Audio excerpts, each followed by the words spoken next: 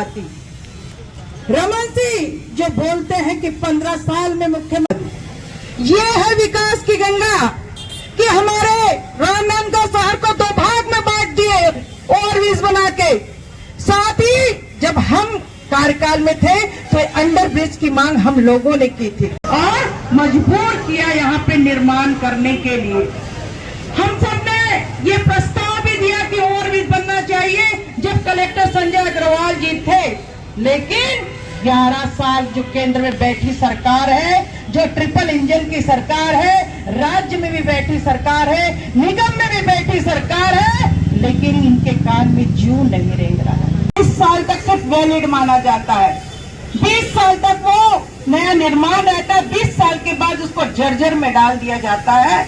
लेकिन कांग्रेस सरकार के समय के निर्माण के बाद 20 साल पूरा होने के बाद रमन सिंह के 25 साल पूरे हो रहे हैं, लेकिन रमन सिंह ने पलट के नहीं देखा पटरी के उस पार वालों को से ऊपर कुछ कर। खुद भी खैरागढ़ में रहते हैं, उधर कवर्धा से सांसद आते हैं, लेकिन इस रास्ते को उन्होंने कभी अपना नहीं माना, अपना नहीं माना और यहाँ की जनता के लिए ध्यान नहीं दिया। आए हमारे एक साथी ने कहा था कि जब भी आते हैं वो फीता काटने आते हैं, ये फीता काटने आते हैं, ये फर्जी वोट से बने नेता है, तभी इनको पीड़ा नहीं है।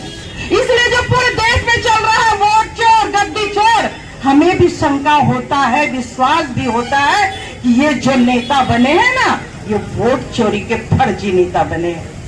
पढ़ने को कहा था, लेकिन आदत जो बन गई है, क्योंकि इनके विश्व गुरु भी झूठ बोलते हैं, वादे करते हैं लेकिन वादा पूरा नहीं करते हैं। वैसे यहाँ के मुख्यमंत्री रहे पूर्व में माहिर है, वादा पूरा नहीं कर रहे हैं। लगातार हम लोगों की जान इसमें बलि के रूप में दे रहे हैं।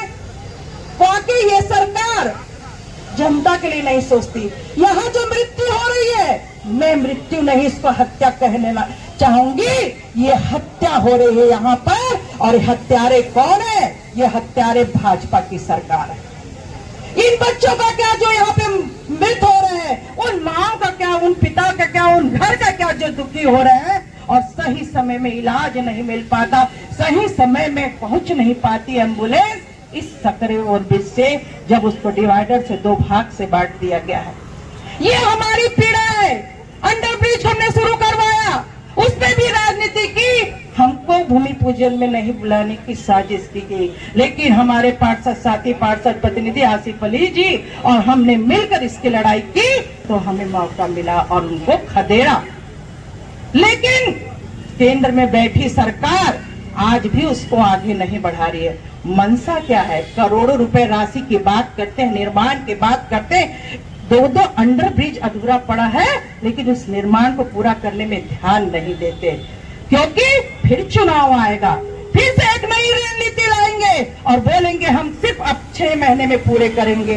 ये वोट बैंक की राजनीति करने वाले लोग हैं, इन्हें किसी के दुख से कोई मतलब नहीं, किसी की पीड़ा नहीं से मतलब नहीं।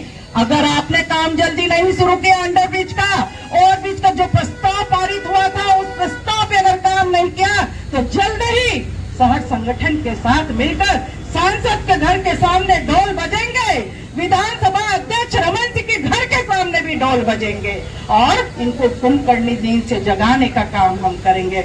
हम सब एक होकर, हम सब संगठित होकर आज हम सब जनता की आवाज को उठाएंगे। पहले भी उठाते आ रहे थे और आज भी उठाते आएंगे और अपनी बात रखेंगे। जय भारत, जय छत्तीसगढ़।